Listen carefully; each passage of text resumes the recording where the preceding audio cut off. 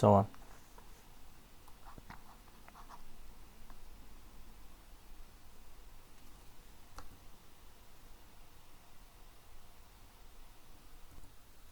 Xo'p, 2,408 1323 da bo'lgan uglerod atomli kalsiy karbidga 92,4 grammlik suv qo'shiladi. Reaksiya tugagandan so'ng bu eritmaga to'liq neytrallanguncha xlorid kislota qo'shildi deyapti. To'liq neytrallangandan keyin eritmadagi tuzning mass ulushini hisoblang deyapti. Yaxshi. Xo'p, bizga aytib qo'ygan 2,408 10 darajasi 23 uglerod atomli kalsiy karbid deyapti. Demak, mol topadigan bo'lsa 2,408 ko'paygan 10 darajasi 23 tali bo'ladigan bo'lsa 6,02 10 darajasi 23 ga. Hop, demak o'z-o'zidan bular qisqarib ketadi. 24 6 ga bo'lganlikda 4 chiqadi. Demak, bu 0,4 mol uglerod atomlari bo'lgan kalsiy karbidi. Uglerod atomli. Demak, kalsiy karbidda ikkita uglerod bo'lgancha 2 bo'lsa ham kalsiy karbidda moli 0,2 mol ekan. Demak, kalsiy karbidga plus suv qo'shiladigan bo'lsa, hosil bo'ladi kalsiy gidroksid plus aslen. Suvni oldiga 2 qo'ysam bo'ldi ekan. Demak, 0,2 molidan 0,2 mol bo'ladi kalsiy karbid, kalsiy gidroksid, 0,2 mol aslen chiqyapti gaz. Hop, endi reaksiya tugagandan so'ng bu eritmaga to'liq neytrallanguncha deyapti, xlorid kislota qo'shildi deyapti. To'liq neytrallangandan keyin eritmadagi tuzning mass ulushini aniqlang deyapti. To'liq neytrallanguncha deyapti. Demak, bu degani to'liq reaksiyaga kirishib ketishi kerak ekan. Hosil bo'lgan kalsiy gidroksidimiz, mana kalsiy OH dan 2 tamiz plus xlorid kislota bilan reaksiyaga kirishadigan bo'lsa, kalsiy xlorid plus suv chiqadi H2O. Xo'p, reaksiyadan oldinda bu yerga 2 qo'ysam, reaksiya teng bo'ladi. 92 4 gram suv ketgan. Endi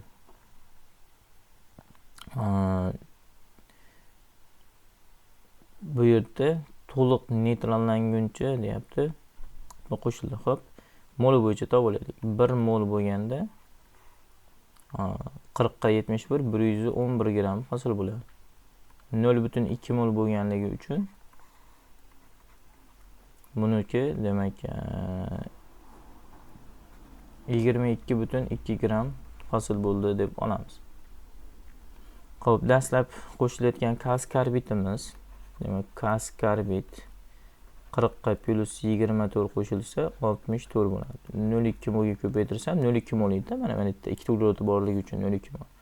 12,8 grammga teng bo'lib qoladi. Eritmani massasini topaylik. 12,8 plus 92,4 gram qo'shilsa, hop, 8 ga 4 12 ning 2si, 2 2 4 bu bilan 5 ta. Hop, 1 ga 9 10. Demak, 105,2 chiqishi kerak edi, lekin bu yerda nima bo'ladi? Aslen gaz bo'lib uchib ketyapti. Demak, aslenning massasini ham hisoblaylik. 24 26 26 ni ko'paytirsam 0,2 ga 5,2 ekan. Aytsam 5,2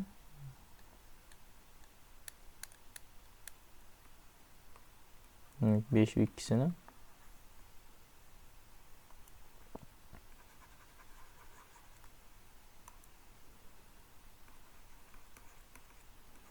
100 gram.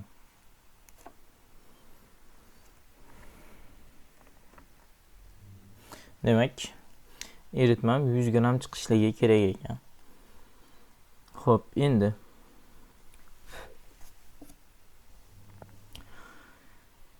reaksiya tugagandan so'ng bu eritmaga to'liq neytrallanguncha xlorid kislota qo'shildi deyapti. Demak, to'liq neytrallanguncha xlorid kislota qo'shildi. Necha mol ketyapti? Bu 0,2 mol uchun bu yerda 0,4 mol xlorid kislota ketyapti. 0,4 mol xlorid kislotani ham massasini hisoblaylik.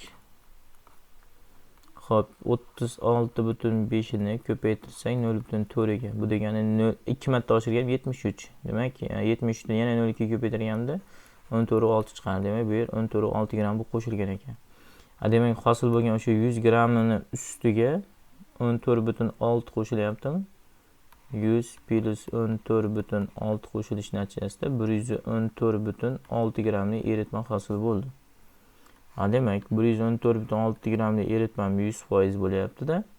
Bu yerda 22,2 grammlisi qancha deb qilamiz? Demak, 22,2 grammlimizda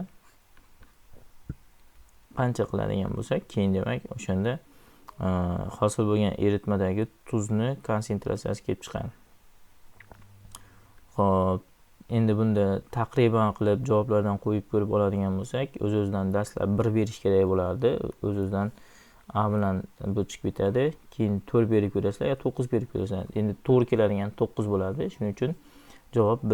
Ya'ni endi bu yerda biroz yaxlitlab olish kerak. Bu chiqib ketadi dedimi? Javob B bo'ladi. Bu yerda 19,4. Endi iloji boricha endi hisob kitobga qiyin u. 2220 ni 114,6 ga bo'lmoqchisizlar. Qaysi son to'g'ri kelishini endi bu yerda taqriban olib ketsanglar ham bo'ladi. Misol uchun javoblardan foydalanib. O'z-o'zidan 2 marta beradigan bo'lsanglar, ortib ketishligi aniq. Ya'ni misol uchun 2220 ni bo'lyapsizlarmi? 114 deb olib turinglar. Buni ham 114. Misol uchun 1 bersalarning to'g'ri keladi, 114 bo'ladi. 2 bersalarning 228 bo'lib ketib, ortib ketib qoladi. Demak, o'z-o'zidan A bilan D xato. Keyin 9 berasizlar. Xullas o'shani to'g'ri keladi, B javob bo'ladi. Taqriban ishlaysizlar mana shu yerda.